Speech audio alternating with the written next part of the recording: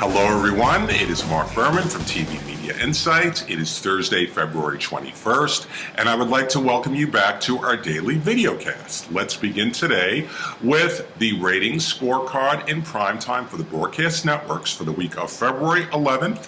We had CBS, the most watched network. CBS was also first among adults 25 to 54, and Fox number one in adults 18 to 49 and adults 18 to 34. But the main observation for the week was, excluding the CW, which is buried in last place, but it was consistent, the observation was year-to-year losses for the big four networks. The biggest loser was Fox, which dropped by over 20%, and the main reason for that is ongoing audience deterioration for American Idol. Regardless, American Idol, despite dropping over 20% this year as well, is still a top 10 show. In fact, most weeks it's still in the top 5. So American Idol is down, but it is far from out. And then heading over to syndication for the week of February 4th. Remember, syndication is 1 week behind the broadcast networks.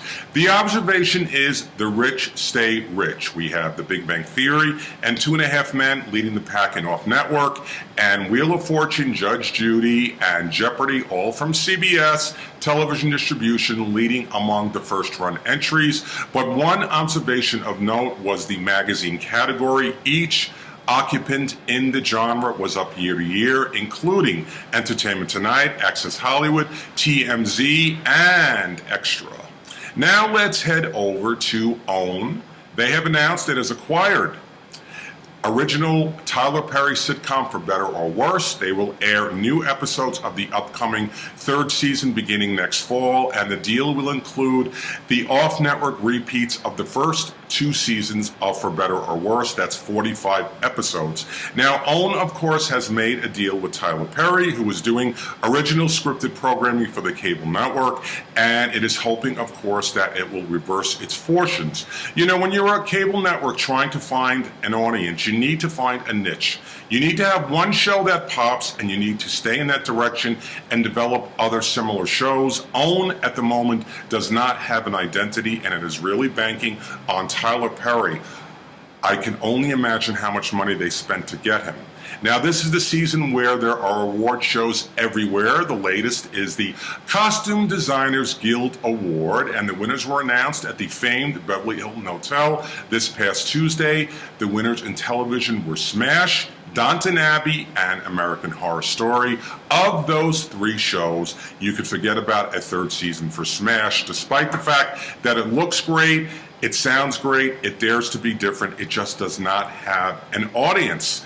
Over at True TV, the cable network that is targeted to young males, has added additional episodes to the current season orders for Impractical Jokers and Hardcore Pawn Chicago. And then over at TNT, Dallas on Monday perked up slightly, 2.51 million viewers. 1 week early it was 2.4. The week before that was 2.2. So it is heading upward slowly.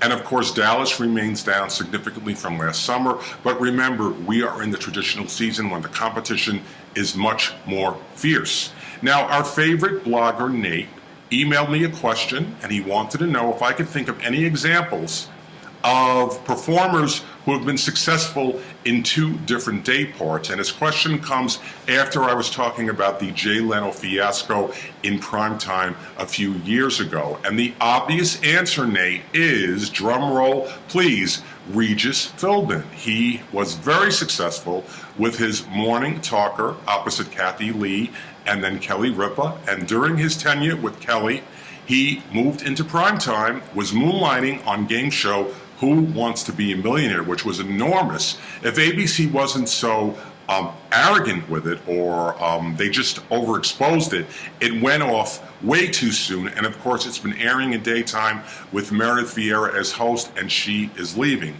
So the obvious answer, Nate, is Regis Philbin. But another person you could mention, it's not, of course, as big as Regis Philbin, Ricki Lake. She had a successful 11-season talk show initially, and during that tenure, or maybe it was after it, I'm not sure, she was on war drama China Beach on ABC for 1 season. So Ricki Lake as well. If anyone can think of anyone else that has had successful shows in 2 different day parts, shoot me an email at marc, M-A-R-C, at tvmediainsights.com or go to our Facebook page. Finally, today in TV history, we had the Jackson 5 debuting on American Bandstand on this day in 1970. David Letterman returned to his late night talk show after successful heart surgery in 2000. And today is the 10th anniversary of political late night talk show Real Time with Bill Maher on HBO. And that is our daily video cast from TV Media Insights on this 21st day in February. I want to thank you for joining me, and I will be back with more news about my favorite medium, television, tomorrow. Take care.